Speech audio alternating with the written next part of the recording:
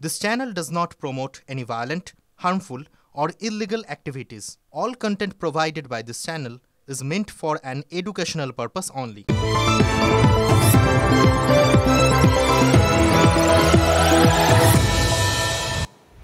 দেখছেন টিভি9 বাংলা, রয়েছে আমি শুভজিৎ মিত্র। শুরু করছি নিউজ টপ 9। বাংলার বুকে ছড়াচ্ছে নয়া জঙ্গি জাল, দুশ্চিন্তা নয়া নাম শাহাদাত।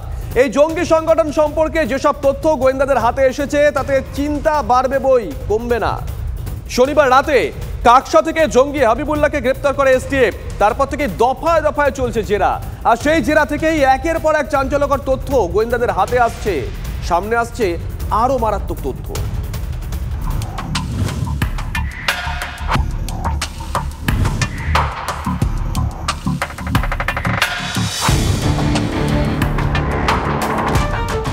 বাংলার সঙ্গে ফের জঙ্গি যোগ। বাংলাদেশের নিষিদ্ধ জঙ্গি সংগঠন শাহাদাত পশ্চিমবঙ্গে রীতিমতো ঘাঁটি তৈরি করার পরিকল্পনায় নেমেছে। এ রাজ্যের জন্য শাহাদাত এক অশনি সংকেত।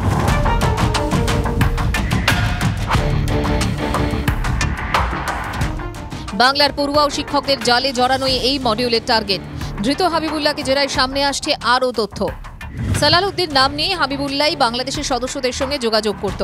সোশ্যাল মিডিয়া এবং ডার্ক ওয়েবে জিহাদ নিয়ে পড়াশোনা করে অনলাইনে সংগঠন তৈরি করে সে। অন্য কারো কাছ থেকে সে কোনো নির্দেশ পেত না। জেরায় দাবি হাবিবুল্লাহ। তাকে জেরা করে আরও 3 জনের হদিশ পেয়েছেন গোয়েন্দারা। তাদের চিহ্নিত করার কাজ চলছে বলে সূত্রের খবর। শীর্ষ নেতাদের আড়াল করতে নিজেকে সালালউদ্দিন বলছে হাবিবুল্লাহ, দাবি গোয়েন্দাদের।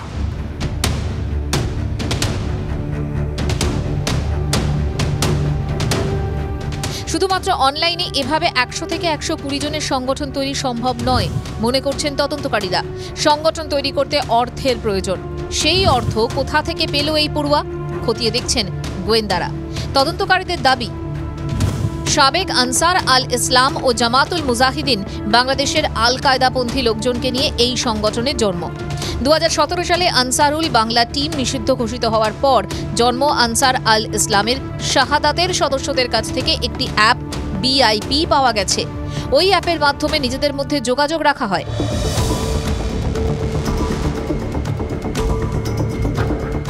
বাংলাদেশে মাদ্রাসা পড়ুয়া ও শিক্ষকদের মধ্যে সংগঠন বিস্তার করা হয়। গাজায় ইসরায়েল হামলার ভিডিও দেখিয়ে বহু ক্ষেত্রে অতিরঞ্জিত কিংবা মিথ্যা তথ্য দেখিয়ে মানুষকে ভুল বুঝিয়ে সংগঠনের সদস্য করা হয়। বাংলাদেশে এই সংগঠনের এখনো পর্যন্ত 5 জনকে গ্রেফতার করা হয়েছে। তবে খাগড়াগড় কাণ্ডে জড়িত জেএমবির সঙ্গে শাহাদাতের পার্থক্য রয়েছে।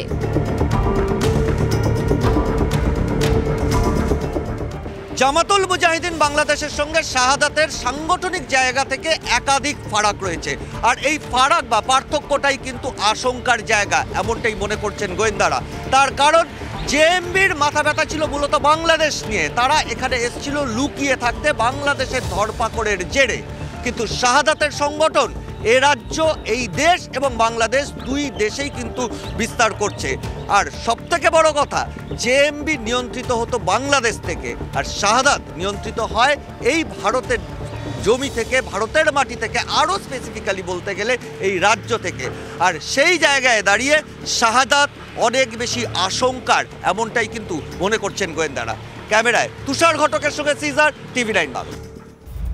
বেআইনি নির্মাণ, পার্কিং থেকে জঞ্জাল সাফাই, পুরসভা নিয়ে বৈঠকে মুখ্যমন্ত্রী তীব্র ভর্ৎসনার মুখে পড়লেন হাওড়া পুর প্রশাসক থেকে বিধায়করা। পুর পরিষেবা নিয়ে বেজায় ক্ষুব্ধ মমতা বন্দ্যোপাধ্যায় বুঝিয়ে দেন এবার অ্যাকশন হবে। রতিন চক্রবর্তী হাওড়ার 12টা বাজিয়ে গেছেন। বেহাল অবস্থা নিয়ে প্রাক্তন মেয়রকে বিঁধলেন মমতা বন্দ্যোপাধ্যায়। পাল্টা জবাব দিয়েছেন বিজেপি নেতাও। হাওড়ায় কোনো মিউনিসিপ্যালিটি নেই, এসডিওর আন্ডারে আছে, সুতরাং 4 জন এমএলএ ডাইরেক্টলি অ্যাডভান্টেজ দিচ্ছে। বছরের পর বছর হাওড়ার মতো গুরুত্বপূর্ণ পুরসভায় নেই কোনো বোর্ডহীন বালিও। এই প্রেক্ষাপটে হাওড়ার পুর পরিষেবা নিয়ে বেজায় ক্ষুব্ধ মুখ্যমন্ত্রী।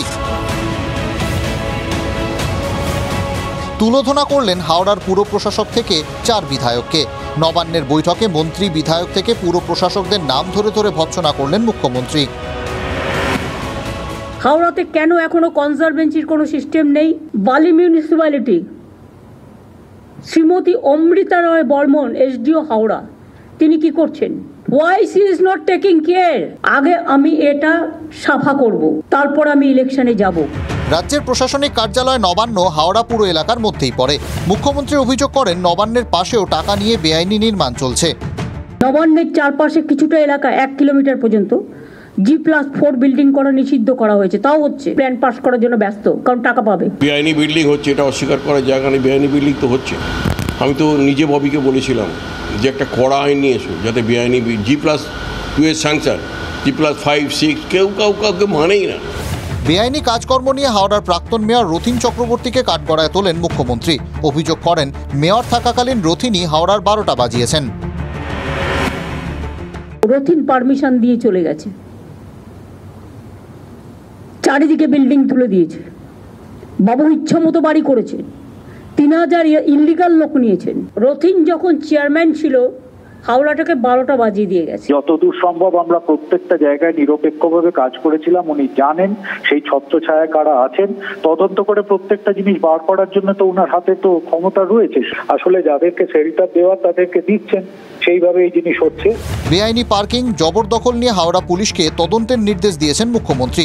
বুঝিয়ে দিয়েছেন কাউকে ছাড়া হবে না, এবার হবে অ্যাকশন। দীক্ষা ভূঁইয়া, সৌরভ গুহ ও সুব্রত বন্দ্যোপাধ্যায়ের রিপোর্ট, TV9 বাংলা। বেআইনি দখল রুখতে মুখ্যমন্ত্রীর কড়া নির্দেশ। 355 নম্বর প্রিন্স আনোয়ার শাহ রোড, প্রায় 29 কাঠা জমির অর্ধেকের বেশি বর্তমানে দখল হয়ে গেছে। রয়েছে গ্যারেজ, বাজার, অসংখ্য দোকান। মুখ্যমন্ত্রী মমতা বন্দ্যোপাধ্যায় নির্দেশ দিয়েছেন, এটা তথ্য ও সংস্কৃতি দপ্তরের জমি, তাই খালি করে দিতে হবে। ব্যবসায়ীদের মাথায় হাত, তাদের আর্জি সরকারি জমি সরকার নিয়ে নেবে, এটা বাস্তব, কিন্তু আমাদের অন্তত দোকান করার ব্যবস্থা করে দিক সরকার। প্রশাসনিক বৈঠকে একের পর এক বিষয় নিয়ে রীতিমতো তোপ দেখেছেন রাজ্যের মুখ্যমন্ত্রী মমতা বন্দ্যোপাধ্যায়, যার মধ্যে অন্যতম হচ্ছে দক্ষিণ কলকাতার প্রিন্স আনোয়ার শাহ রোডের এই 355 নম্বর ঠিকানাটি, যেটি 29 কাঠা জমি রয়েছে, যা রয়েছে তথ্য সংস্কৃতি দপ্তরের অধীনে। মুখ্যমন্ত্রী মমতা বন্দ্যোপাধ্যায় আজকে পুলিশের সামনে প্রশ্ন তোলেন, এই 29 কাঠা জমি কিভাবে দখল হয়ে গেল, তথ্য সংস্কৃতি দপ্তরের জমি কেন নজর রাখা হচ্ছে না। তিনি সরাসরি পুলিশ কমিশনার এবং কলকাতা পুরসভা সহ তথ্য সংস্কৃতি দপ্তরকে নির্দেশ দেন, এই জমি সম্পূর্ণ খালি করে দিতে হবে। না, এগুলো আমাদের বাবাদের আমল থেকে, আমাদের বাবারা মারা গেছে, এখন আমরা তার পরিবর্তে আমরা দোকান করছি। এটা বহু পুরনো জায়গা। আমাদেরকে যখন প্রথমবার বললো এসে, তো আমরা ওনারা কি করলো, বাউন্ডারি ওয়াল মেরে দিল। একটা দেখুন টিনের বাউন্ডারি ওয়াল মারা আছে, তারপরে যদি এই নির্দেশ আছে তো আমাদের আর কিছু করার নেই। যত সরকারি খালি জমিগুলো আছে সেইগুলো উনি নিয়ে নিতে চাইছে, কিন্তু ওর পরিবর্তনে এই জায়গাটা প্রায় 50 বছর উপরে ব্যবসাদাররা ব্যবসা করছে। আমি একটা দোকানের কর্মী, ঠিক আছে। আজ যদি এই জায়গাটা যদি তুলে দিতে দেয়, আমাদের এই যে আমরা যে কাজকর্ম করি, আমাদের ঘর বাচ্চা ফ্যামিলি যে আছে, সেই দায়বদ্ধটা কে নেবে? রাজ্য সরকার নেবে। 10 ফুট বাই 10 ফুট করে যেরকম দোকান দিচ্ছে, যে কোনো একটা সাইডে আমাদেরকে, যে কটা আমাদের বাজারে দোকানদার আছে সবাইকে একটা করে এরকম যেটা পরিস্থিতি করে দেয় আমাদের জন্য খুবই ভালো, কিন্তু একবারে তুলে দিলে তো আমরা বেকার হয়ে যাবো, চুরি চামারি করে খেতে হবে। নাহলে দেখা যাচ্ছে সেখানে সম্পূর্ণ জঙ্গল, আবর্জনা ফেলার জায়গা হয়ে দাঁড়িয়েছে। দিনের পর দিন নজরদারি নেই। চারপাশে টিন দিয়ে ঘিরে দেওয়া হয়েছে, টিন দিয়ে ঘেরার ঠিক ওপারটাই রয়েছে প্রায় 300টি মতো দোকান। অর্থাৎ সব মিলিয়ে মুখ্যমন্ত্রী মমতা বন্দ্যোপাধ্যায় যে জমিটা নিয়ে কথা বললেন, সেই জমিটায় কিন্তু আমরা উপস্থিত হয়েছি, 355 নম্বর প্রিন্স আনোয়ার শাহ রোড। আর সেই জায়গা ছবি তুলে ধরলাম। ক্যামেরায় গৌরবের সঙ্গে সায়ন্ত ভট্টাচার্য, TV9 বাংলা, কলকাতা। শুধু প্রিন্স আনোয়ার শাহ রোডের এই জমি নিয়েই নয়, সায়ন্ত যেখান থেকে রিপোর্ট করলো, গড়িয়াহাট হকার্স কর্নারে কালো প্লাস্টিক, ময়লা চাদরের ব্যবহার নিয়েও সরব হয়েছেন মুখ্যমন্ত্রী। কেন দেদার প্লাস্টিকের ব্যবহার করা হচ্ছে, পুরসভা কি করছে, প্রশ্ন তোলেন মুখ্যমন্ত্রী। পরিস্থিতি কি, সরেজমিনে খতিয়ে দেখলো TV9 বাংলা। গড়িয়াহাট মোড়, গড়িয়াহাট চত্বর, যা কলকাতা শহরের প্রাণকেন্দ্র বলা যায়, দক্ষিণ কলকাতার সব থেকে একটা বাণিজ্যিক কেন্দ্র। সেখানে এই ময়লা চাদর, প্লাস্টিক ঝোলাকে কেন্দ্র করে যে দৃশ্য দূষণ তৈরি হয়েছে, তা নিয়ে এবার মুখ খুলেছেন রাজ্যের মুখ্যমন্ত্রী মমতা বন্দ্যোপাধ্যায়। এখানে যে শেডগুলো তৈরি করা হয়েছে বছর 2 আগে, 2022 সালে, কিন্তু সমস্যা যেটা হকাররা জানাচ্ছেন, যে সম্পূর্ণ খোলা রাখা, এভাবে খোলা রাখা তাদের পক্ষে সম্ভব হয় না, কারণ এখানে জিনিসপত্র নষ্ট হয়। প্লাস্টিক বা এরকম যেরকমভাবে দিদি বলেছেন যে কাপড় এসব জানানো সত্যি আমরাও চাই না, কিন্তু রাস্তা দিয়ে এত দূষণ এবং বৃষ্টির জন্য আমাদেরকে প্লাস্টিক টানাতে হয় এবং আমরা প্লাস্টিক পরবর্তীকালে আমরা প্লাস্টিকটা খুলে দিই। কিন্তু ঘটনা হচ্ছে যদি সরকার থেকে যদি এর বিকল্প কিছু ব্যবস্থা করে মানে প্লাস্টিক ছেড়ে, তাহলে আমাদের পক্ষে আরও ভালো হয়। এই কারণে তারা প্লাস্টিক দিয়ে ঢাকছেন।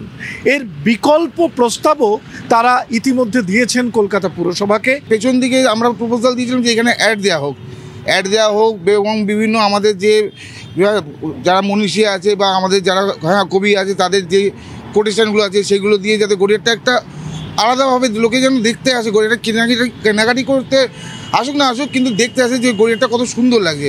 অন্যদিকে রাজ্যের মুখ্যমন্ত্রী গড়িয়াহাটের এই হকারদের যে দোকান এবং তাকে ঘিরে যে দৃশ্য দূষণ তা নিয়ে মুখ খুলবার পর নড়ে চড়ে বসেছে পুর প্রশাসন। ক্যামেরায় দেবব্রতর সঙ্গে সৌরভ গুহ, TV9 বাংলা, কলকাতা। শুধু একটা দুটো বিষয় নয়, একাধিক বিষয় আজকে এই বৈঠকে হাইলাইটস করেছেন মুখ্যমন্ত্রী। কেন্দ্রের বঞ্চনা সত্ত্বেও 5 রাজ্যের বাসিন্দাদের সবকিছু দেখতে হচ্ছে, বাংলার আইডেন্টিটি বদলে যেতে বসেছে, এরপর বাংলায় কথা বলার লোকই পাওয়া যাবে না। নবান্নের বৈঠকে আশঙ্কা প্রকাশ করেছেন খোদ মুখ্যমন্ত্রী, অর্থের বিনিময়ে বাংলার আইডেন্টিটি নষ্ট করবেন না, হুঁশিয়ারি মমতার। রাজ্যের জমি কারো ব্যক্তিগত প্রপার্টি নয়, যখন ইচ্ছে যাকে আরে আমি একটা রাজ্যের রেভিনিউ পাই, সেখান থেকে সেন্ট্রাল গভর্নমেন্ট টাকা দেয় না, আর মধ্যে আরও 5টা রাজ্যের সব কিছু আমাকে টানতে হচ্ছে। এরপরে তো স্টেটটার আইডেন্টিটি নষ্ট হয়ে যাবে। বাংলায় কথা বলার লোকও খুঁজে পাবেন না। হিন্দি ইংরেজি আজকে সবাই জানে। মনে রাখবেন প্রত্যেকটা স্টেটের একটা ওন আইডেন্টিটি আছে, একটা সংস্কৃতি আছে, কিন্তু বাংলার আইডেন্টিটিটাকে নষ্ট করে দেওয়ার চক্রান্তে যারা লিপ্ত, আমি তাদের সকলকে সাবধান করে দিয়ে বলছি, অর্থের বিনিময়ে বাংলার আইডেন্টিটি নষ্ট যেন না হয়। বাংলার আইডেন্টিটি মুখ্যমন্ত্রী তো নষ্ট করছে। মুখ্যমন্ত্রীর দল পাঠ্যপুস্তকে রামধনুকে রংধনু বানিয়ে দিচ্ছে। বাংলা ভাষা, বাংলা সংস্কৃতি, বাঙালির মনন, বাঙালির চিন্তন সমস্ত কিছুই তো তৃণমূল কংগ্রেসের দ্বারা আক্রান্ত। বাংলা ভাষা থাকবে, মুখ্যমন্ত্রীর দল থাকবে না। বাংলা ভাষার সেটুকুনি শক্তি আছে, সে ঐতিহ্য আছে। বিদ্যাসাগরের ভাষা মুছে দেবে তৃণমূল কংগ্রেস, এতটা শক্তিশালী তৃণমূল কংগ্রেসকে মনে করবার কোনো কারণ নেই। মনোবিন্যাস বদল হলে বাঙালির হাত থেকে সব কিছু বেরিয়ে যাবে। তাই বাংলার মাননীয় মুখ্যমন্ত্রী যেটা বলেছেন সেটা সাধুবাদ জানাই, কিন্তু এটা বাস্তবত এই জিনিসটিকে স্যাবোটাজ করার জন্য যে বহিরাগত আমলারাই যথেষ্ট, এবং এই বহিরাগতদের বেআইনিভাবে বহিরাগতদের দালালি করা এই শাসক দলের মধ্যেই বেশ কিছু বহিরাগতদের দালাল আছে, তারাই যথেষ্ট। আর এবার একটু দিল্লির দিকে নজর রাখা যাক। ইন্ডিয়া জোটের ঐক্যের সুসংহত রূপ তুলে ধরতে এবার আম আদমি পার্টির পাশে তৃণমূল কংগ্রেস। দিল্লির জলসংকটের বিরুদ্ধে প্রতিবাদ জানিয়ে অনশন করছেন আপের মন্ত্রী আতিশি। আজ আতিশির সঙ্গে দেখা করেন তৃণমূলের সংসদীয় দলের বেশ কয়েকজন। ওই দলে ছিলেন সাগরিকা ঘোষ, মহুয়া মৈত্র এবং প্রতিমা মণ্ডল। এর আগে নির্বাচন কমিশনের সামনে বিক্ষোভ দেখানোর জন্য তৃণমূল কংগ্রেসের সাংসদদের যখন গ্রেপ্তার করা হয়েছিল, তখন মন্দির মার্গ থানায় তৃণমূল সাংসদদের সঙ্গে দেখা করতে গেছিলেন আপের মন্ত্রী সৌরভ ভারদ্বাজ। আরও একটা বড় খবরের দিকে নজর রাখতেই হচ্ছে। রাজ্যসভা এবার বিরোধী শিবিরে যোগ দেওয়ার সম্ভাবনা বিজেডির। সূত্রের খবর, আগামীকাল ইন্ডিয়া জোটের রাজ্যসভার নেতাদের একটি বৈঠক হতে পারে। এই বৈঠকে বিজেডির বিরোধী শিবিরে যোগ দেওয়ার সম্ভাবনা নিয়ে আলোচনা হতে পারে। রাজ্যে ক্ষমতা হারানোর পর ইতিমধ্যেই বিজেপির বিরুদ্ধে লড়াই জোরদার করার ডাক দিয়েছেন নবীন পট্টনায়ক। সূত্রের খবর, এরপরেই বিজেডির সঙ্গে যোগাযোগের চেষ্টা করছে ইন্ডিয়া জোটের নেতারা। সংসদে বিজেডির 9 জন সাংসদ রয়েছেন। লোকসভায় কোনো সময় বিরোধী শিবিরের সাথে কোনো জোট করেনি বিজেডি।